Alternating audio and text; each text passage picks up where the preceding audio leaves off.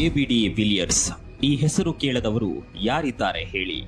ಇದು ಕ್ರಿಕೆಟ್ ಲೋಕದ ಮಿಂಚು. ಚೆಂಡನ್ನು ಮೈದಾನದ 360 ಡಿಗ್ರಿಯಲ್ಲೂ ಹೊಡೆಯುವ ಸಾಮರ್ಥ್ಯ ಹೊಂದಿರುವ ವಿಶ್ವದ ಏಕೈಕ ಆಟಗಾರ. ಮೈದಾನ ಯಾವುದೇ ಇರಲಿ, ಎದುರಾಳಿ ಯಾರೇ ಆಗಿರಲಿ, ಎಬಿಡಿ ವಿಲಿಯರ್ಸ್ ಸಿಡಿದು ನಿಂತರೆ ಅಲ್ಲಿ ಸಿಕ್ಸರ್ಗಳ ಸುರಿಮಳೆ ಗ್ಯಾರಂಟಿ. ಎಬಿಡಿ ವಿಲಿಯರ್ಸ್ ಅನ್ನ ಎಂಟರ್ಟೈನ್ಮೆಂಟ್ ನ ಕಿಂಗ್ ಅಂತ ಕರೆದ್ರೂ ತಪ್ಪಾಗೋದಿಲ್ಲ.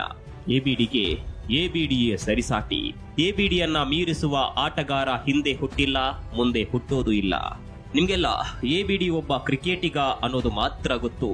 ಆದ್ರೆ ಎಬಿಡಿಯ ಬಗ್ಗೆ ನಿಮ್ಗೆ ಗೊತ್ತಿಲ್ಲದೆ ಇರುವ ಹಲವು ಸಂಗತಿಗಳಿವೆ.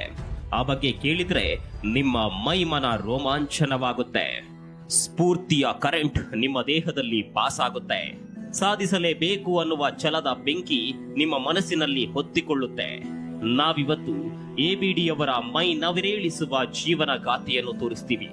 ಈ ವಿಡಿಯೋವನ್ನು ಪ್ರತಿಯೊಬ್ಬರೂ ಕೂಡ ನೋಡ್ಲೇಬೇಕು. ಕೊನೆವರೆಗೂ ಈ ವಿಡಿಯೋವನ್ನ ತಪ್ಪದೇ ನೋಡಿ.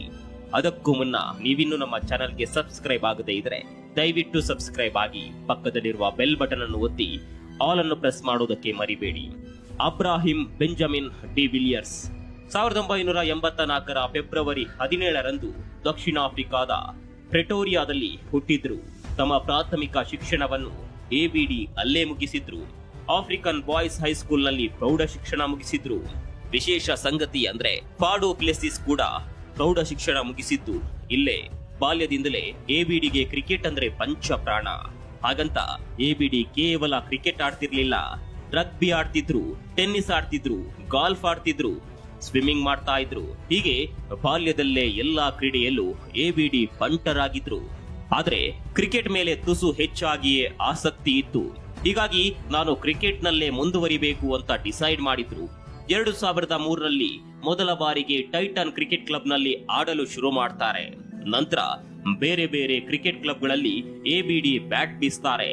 ತನ್ನ ಬ್ಯಾಟಿಂಗ್ ವೈಖರಿಯಿಂದಲೇ ದಕ್ಷಿಣ ಆಫ್ರಿಕಾ ಕ್ರಿಕೆಟ್ ಮಂಡಳಿಯನ್ನ ತನ್ನತ್ತ ಸೆಳೀತಾರೆ. ಎಬಿಡಿ ಪ್ರತಿಭೆಯನ್ನ ಗುರುತಿಸಿ ಸೌತ್ ಆಫ್ರಿಕಾ ಕ್ರಿಕೆಟ್ ಮಂಡಳಿ 2004ರಲ್ಲಿ ಅಂತಾರಾಷ್ಟ್ರೀಯ ಕ್ರಿಕೆಟ್ ಟೀಮ್ ನಲ್ಲಿ ಎಬಿಡಿಗೆ ಅವಕಾಶ ಕೊಡುತ್ತೆ. 2004ರಲ್ಲಿ ಕ್ರಿಕೆಟ್ ಕರಿಯರ್ ಆರಂಭಿಸಿದ ಎಬಿಡಿ ಜೀವನದಲ್ಲಿ ಪ್ರಮುಖ ಘಟ್ಟವಾಗಿದ್ದು 2007ರ ವಿಶ್ವಕಪ್. ಅದು ಎಬಿಡಿ ಪಾಲಿಗೆ ಮೊದಲ ವಿಶ್ವಕಪ್. ದುರಂತ ಏನ್ ಗೊತ್ತಾ?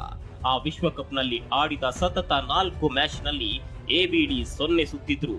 ಅಲ್ಲಿಗೆ ಎಬಿಡಿ ಕ್ರಿಕೆಟ್ ಕರಿಯರ್ ಮುಗ್ದೇ ಹೋಯ್ತು ಅಂತ ಕ್ರಿಕೆಟ್ ಲೋಕ ಮಾತನಾಡಿಕೊಂಡಿತ್ತು. ಸತತ 4 ಬಾರಿ 0ಗೆ ಔಟ್ ಆದ್ರೆ ಎಂತಹ ಗಟ್ಟಿ ಗುಂಡಿಗೆ ಅವನ ಮನಸ್ಸು ಕೂಡ ಕುಗ್ಗಿ ಹೋಗುತ್ತೆ. ಆದ್ರೆ ಎಬಿಡಿ ಅಂತಹ ಮನುಷ್ಯನೇ ಅಲ್ಲ. ಅಷ್ಟು ಸುಲಭದಲ್ಲಿ ಸೋಲನ್ನೊಪ್ಪಿಕೊಳ್ಳುವ ಮಾತೇ ಇರಲಿಲ್ಲ. ಮುಂದೆ ಎಬಿಡಿ ವಿಲಿಯರ್ಸ್ ಫಿನಿಕ್ಸ್ ಹಕ್ಕಿಯಂತೆ ಎದ್ದು ನಿಲ್ತಾರೆ. ಮುಂದಿನ ವರ್ಷವೇ ಟೆಸ್ಟ್ ಕ್ರಿಕೆಟ್ ನಲ್ಲಿ ಡಬಲ್ ಸೆಂಚುರಿ ಬಾರಿಸಿ ತನ್ನ ಶಕ್ತಿ ಏನು ಅನ್ನೋದನ್ನು ಜಗತ್ತಿಗೆ ತೋರಿಸ್ತಾರೆ. ಇದೇ ಎಬಿಡಿ ಕರಿಯರ್ನ ಟರ್ನಿಂಗ್ ಪಾಯಿಂಟ್ ಆಗುತ್ತೆ. ಮುಂದೆ ಎಬಿಡಿ ಎಂದೆಂದಿಗೂ ಹಿಂದೆ ನೋಡೋದೇ ಇಲ್ಲ. ಕ್ರಿಕೆಟ್ ಲೋಕದಲ್ಲಿ ಮ್ಯಾಜಿಕ್ ಅನ್ನೇ ಮಾಡ್ತಾರೆ. 2010ರಲ್ಲಿ ICC player of the year ಪ್ರಶಸ್ತಿಯನ್ನ ಎಬಿಡಿ ಪಡೆದುಕೊಳ್ತಾರೆ. 2011ರ ವಿಶ್ವಕಪ್ ನಲ್ಲೂ ಎಬಿಡಿ ಭರ್ಜರಿ ಬ್ಯಾಟಿಂಗ್ ಮಾಡ್ತಾರೆ. ಇದೇ ವರ್ಷ ಎಬಿಡಿ ನಾಯಕತ್ವದ ಜವಾಬ್ದಾರಿಯನ್ನು ಕೂಡ ಹೊತ್ತುಕೊಳ್ತಾರೆ. ನಾಯಕತ್ವ ವಹಿಸಿಕೊಂಡ ನಂತರವೂ ಎಬಿಡಿ ಸಕ್ಸಸ್ ಜಾತ್ರೆ ಮುಂದುವರಿಯುತ್ತೆ.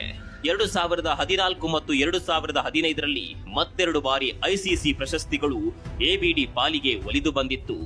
ಎಬಿಡಿ ಕ್ರಿಕೆಟ್ನ 3 ಫಾರ್ಮೆಟ್ ನಲ್ಲೂ ಸೈ ಎನಿಸಿಕೊಂಡವರು. ಅತಿ ವೇಗದ ಅರ್ಧಶತಕ, ಅತಿ ವೇಗದ ಶತಕ, ಅತಿ ವೇಗದ 150 ರನ್ ಹೊಡೆದಿರುವ ದಾಖಲೆ ಎಬಿಡಿ ಹೆಸರಿನಲ್ಲಿದೆ.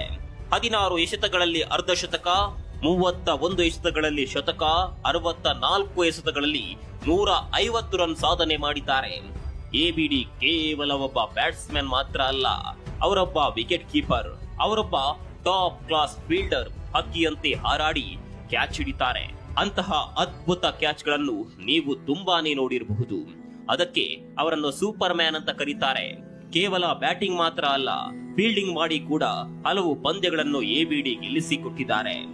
ಐಪಿಎಲ್ ನಲ್ಲೂ ಕೂಡ ಎಬಿಡಿ ಜಾದೂ ಮಾಡಿದ್ದಾರೆ. ಮೊದಲು ಡೆಲ್ಲಿ ಪರ ಆಡುತ್ತಿದ್ದ ಎಬಿಡಿ ಹಲವು ವರ್ಷಗಳಿಂದ ಆರ್ಸಿಬಿ ಪರ ಬ್ಯಾಟ್ ಬೀಸ್ತಿದ್ದಾರೆ. ಆರ್ಸಿಬಿಯ ಮನೆ ಮಗನಂತಾಗಿದ್ದಾರೆ. ಐಪಿಎಲ್ ನ ಪ್ರತಿ ಸೀಸನ್ ನಲ್ಲೂ ಎಬಿಡಿ ಮಿಂಚಿದ್ದಾರೆ. ಹಲವು ಸೋಲುವ ಪಂದ್ಯಗಳನ್ನು ಗೆಲ್ಲಿಸಿಕೊಟ್ಟಿದ್ದಾರೆ. ಎಬಿಡಿ ಬ್ಯಾಟಿಂಗ್ಗೆ ಇಳಿದ್ರು ಅಂದ್ರೆ ಆ ಪಂದ್ಯದ ದಿಕ್ಕೇ ಬದಲಾಗುತ್ತೆ. ಎಬಿಡಿಯಲ್ಲಿ ಅಂಥದ್ದೊಂದು ತಾಕತ್ತಿದೆ. 2011ರಲ್ಲಿ ಡ್ಯಾನಿಯಲ್ ಜೊತೆ ಎಬಿಡಿ ದಾಂಪತ್ಯ ಜೀವನಕ್ಕೆ ಕಾಲಿಟ್ರು. ಈ ಕ್ಯೂಟ್ ಕಪಲ್ಗೆ ಈಗ 2 ಮಕ್ಕಳಿದ್ದಾರೆ. ಎಬಿಡಿಗೆ ಕ್ರಿಕೆಟ್ ನಂತರ ಹೆಚ್ಚು ಇಷ್ಟವಾಗುವ ಕ್ರೀಡೆ ಅಂದ್ರೆ ಫುಟ್ಬಾಲ್. ಎಬಿಡಿಯ ಫೇವರೇಟ್ ಪ್ಲೇಯರ್ ಮೆಸ್ಸಿ. ನಾವು ಮೊದಲೇ ಹೇಳಿದಂತೆ ಎಬಿಡಿ ಒಬ್ಬ ಬಹುಮುಖ ಪ್ರತಿಭೆ. ಅವರು ಇತರ ಕ್ಷೇತ್ರಗಳಲ್ಲಿ ಮಾಡಿರುವ ಸಾಧನೆ ನೋಡಿದರೆ ನೀವು ದಂಗಾಗ್ತೀರಾ. ದಕ್ಷಿಣ ಆಫ್ರಿಕಾ ಜೂನಿಯರ್ ಅಥ್ಲೀಟ್ನಲ್ಲಿ 100 ಮೀಟರ್ ಓಟದಲ್ಲಿ ದಾಖಲೆ ನಿರ್ಮಿಸಿದ್ರು.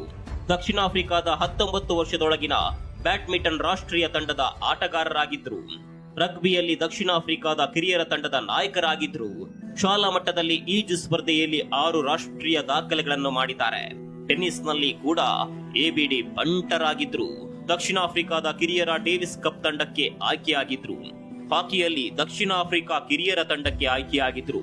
ಫುಟ್ಬಾಲ್ನಲ್ಲಿ ಕೂಡ ದಕ್ಷಿಣ ಆಫ್ರಿಕಾ ಕಿರಿಯರ ತಂಡಕ್ಕೆ ಆಯ್ಕೆಯಾಗಿದ್ರು. ಒಬ್ಬ ವ್ಯಕ್ತಿ ಇಷ್ಟೆಲ್ಲ ಕ್ರೀಡೆಗಳಲ್ಲಿ ರಾಷ್ಟ್ರೀಯ ತಂಡಕ್ಕೆ ಆಯ್ಕೆ ಆಗ್ತಾನೆ ಅಂತ ಹೇಳಿದ್ರೆ ಆತನ ಸಾಮರ್ಥ್ಯ ಹೇಗಿರಬೇಡ ನೀವೇ ಒಮ್ಮೆ ಯೋಚನೆ ಮಾಡಿ. ಇದಿಷ್ಟೇ ಅಲ್ಲ, ಎಬಿಡಿ ಸಂಗೀತ ಕ್ಷೇತ್ರದಲ್ಲೂ ಸಾಧನೆ ಮಾಡಿದ್ದಾರೆ. ಅವರನ್ನು ಸಂಗೀತ ಸಾಮ್ರಾಟ ಅಂತಾನೆ ಕರೆಯಲಾಗುತ್ತೆ. ಸ್ವತಃ ಗಾಯಕರಾಗಿರುವ ಎಬಿಡಿ ಬ್ಯಾಂಡ್ ಒಂದನ್ನು ನಡೆಸ್ತಾರೆ. ಗಾಯಕ, ಗಿಟಾರ್ ವಾದಕರಾಗಿಯೂ ಅವರು ಗಮನ ಸೆಳೆದಿದ್ದಾರೆ. ಅಲ್ಲದೆ 2010ರಲ್ಲಿ ಮ್ಯಾಕ್ ಜೋ ಡ್ರೋಮ್ ವಾರ್ ಆಲ್ಬಮ್ ಅನ್ನು ಬಿಡುಗಡೆ ಮಾಡಿದ್ರು. ಇದು ಸಂಗೀತ ಪ್ರಿಯರ ಗಮನ ಸೆಳೆದಿತ್ತು. ಎಬಿಡಿ ವಿಲಿಯರ್ಸ್ ದಕ್ಷಿಣ ಆಫ್ರಿಕಾ ಮಾಜಿ ಅಧ್ಯಕ್ಷ ನೆಲ್ಸನ್ ಮಂಡೇಲಾ ಅವರಿಂದಲೂ ವಿಜ್ಞಾನ ಪ್ರಾಜೆಕ್ಟ್ಗಾಗಿ ರಾಷ್ಟ್ರೀಯ ಪದಕವನ್ನು ಗಿಟ್ಟಿಸಿದ್ರು. ಸಾಧನೆ ಅಂದ್ರೆ ಇದೇ ಅಲ್ವಾ, ಆಡುಮುಟ್ಟದ ಸೊಪ್ಪಿಲ್ಲ ಅಂತಾರಲ್ಲ, ಹಾಗೆ ಎಬಿಡಿ ದಾಖಲೆ ಮಾಡಿದ ಕ್ಷೇತ್ರಗಳಿಲ್ಲ. ಕ್ರಿಕೆಟ್ನಲ್ಲಿ ಒಬ್ಬರಾದ್ಮೇಲೆ ಒಬ್ಬರು ಪಂಟರ್ಗಳು ಬರ್ತಾರೆ. ಆದ್ರೆ ಎಬಿಡಿಯ ಜಾಗ ತುಂಬುವ ಆಟಗಾರ ಬರೋದು ತುಂಬಾನೇ ಕಷ್ಟ. ಇವತ್ತು ಎಬಿಡಿ ಏನೇ ಆಗಿದ್ರು ಅದರ ಹಿಂದೆ ಕಠಿಣ ಪರಿಶ್ರಮ ಇದೆ. ಸೋತಾಗ ಕುಗ್ಗಲಿಲ್ಲ, ಗೆದ್ದಾಗ ಹಿಗ್ಲಿಲ್ಲ. ಯಾವತ್ತೂ ಅಷ್ಟೇ, ಜೀವನದಲ್ಲಿ ಮುಂದೆ ಬರಬೇಕು ಅಂದ್ರೆ ಮುಂದೆ ನೋಡ್ಬೇಕೇ ಹೊರತು ಹಿಂದೆ ನೋಡ್ಲೇಬಾರದು. ಎಬಿಡಿ ಮಾಡಿದ್ದು ಕೂಡ ಇದನ್ನೇ. ತಮ್ಮ ಮೇಲೆ ತಮಗೆ ಯಾವತ್ತು ನಂಬಿಕೆ ಇರುತ್ತೋ ಅವತ್ತು ನಮ್ಮಿಂದ ಏನನ್ನಾದ್ರೂ ಸಾಧಿಸಲು ಸಾಧ್ಯವಾಗುತ್ತೆ. ಮೈದಾನದಲ್ಲಿ ಸೋತ ಮನುಷ್ಯ ಮತ್ತೆ ಗೆಲ್ಬಹುದು, ಆದ್ರೆ ಮನಸ್ಸಿನಲ್ಲಿ ಸೋತವನು ಮತ್ತೆಂದು ಗೆಲ್ಲಲು ಸಾಧ್ಯವೇ ಇಲ್ಲ. ನಿಮ್ಮಲ್ಲೂ ಸಾಧಿಸಬೇಕು ಅನ್ನೋ ಛಲ ಇದ್ರೆ ಖಂಡಿತವಾಗಿಯೂ ಎಬಿಡಿಯಂತೆ ಸಾಧನೆ ಮಾಡಬಹುದು. ಅದು ಯಾವುದೇ ಕ್ಷೇತ್ರದಲ್ಲಿ ಇರ್ಲಿ, ಮನಸ್ಸಿದ್ರೆ ಮಾರ್ಗ ಖಂಡಿತವಾಗಿಯೂ ಸಿಗುತ್ತೆ. ಎಬಿಡಿ 2008ರಲ್ಲಿ ಅಂತಾರಾಷ್ಟ್ರೀಯ ಕ್ರಿಕೆಟ್ಗೆ ವಿದಾಯ ಘೋಷಣೆ ಮಾಡಿದ್ರು. ಆದ್ರೆ ಈಗಲೂ T20 ಲೀಗ್ ನಲ್ಲಿ ಬ್ಯಾಟ್ ಬೀಸ್ತಿದ್ದಾರೆ. ಇನ್ನೆಷ್ಟು ದಿನ ಎಬಿಡಿಯ ಬ್ಯಾಟಿಂಗ್ ವೈಭವವನ್ನು ಕಣ್ತುಂಬಿಕೊಳ್ಳಲು ಸಿಗುತ್ತೆ ಅನ್ನೋದು ಗೊತ್ತಿಲ್ಲ. ಆದ್ರೆ ಎಬಿಡಿ ಇರುವವರೆಗೆ ಕ್ರಿಕೆಟ್ ನಲ್ಲಿ ಮ್ಯಾಜಿಕ್ ಮಾಡ್ತಾನೆ ಇರ್ತಾರೆ. ಎಬಿಡಿಗೆ ವಿಶ್ವದ ಮೂಲೆ ಮೂಲೆಯಲ್ಲೂ ಫ್ಯಾನ್ಸ್ ಇದ್ದಾರೆ. ನೀವು ಕೂಡ ಎಬಿಡಿಯ ಫ್ಯಾನ್ಸ್ ಆಗಿದ್ರೆ, ಈ ಸ್ಟೋರಿ ನಿಮ್ಗೆ ಇಂಟ್ರೆಸ್ಟಿಂಗ್ ಇದೆ ಅಂತ ಅನ್ಸಿದ್ರೆ ಈ ವಿಡಿಯೋವನ್ನು ಸಾಧ್ಯವಾದಷ್ಟು ಶೇರ್ ಮಾಡಿ. ಎಬಿಡಿಯ ಬಗ್ಗೆ ನಿಮ್ಮ ಅಭಿಪ್ರಾಯವನ್ನ ಕಮೆಂಟ್ ಮಾಡಿ. ಮತ್ತೊಂದು ಸ್ಟೋರಿ ಜೊತೆ ಮತ್ತೆ ಬರ್ತೀವಿ. ಅಲ್ಲಿವರೆಗೂ ನಮಸ್ಕಾರ. ಜೈ ಹಿಂದ್, ಜೈ ಕರ್ನಾಟಕ.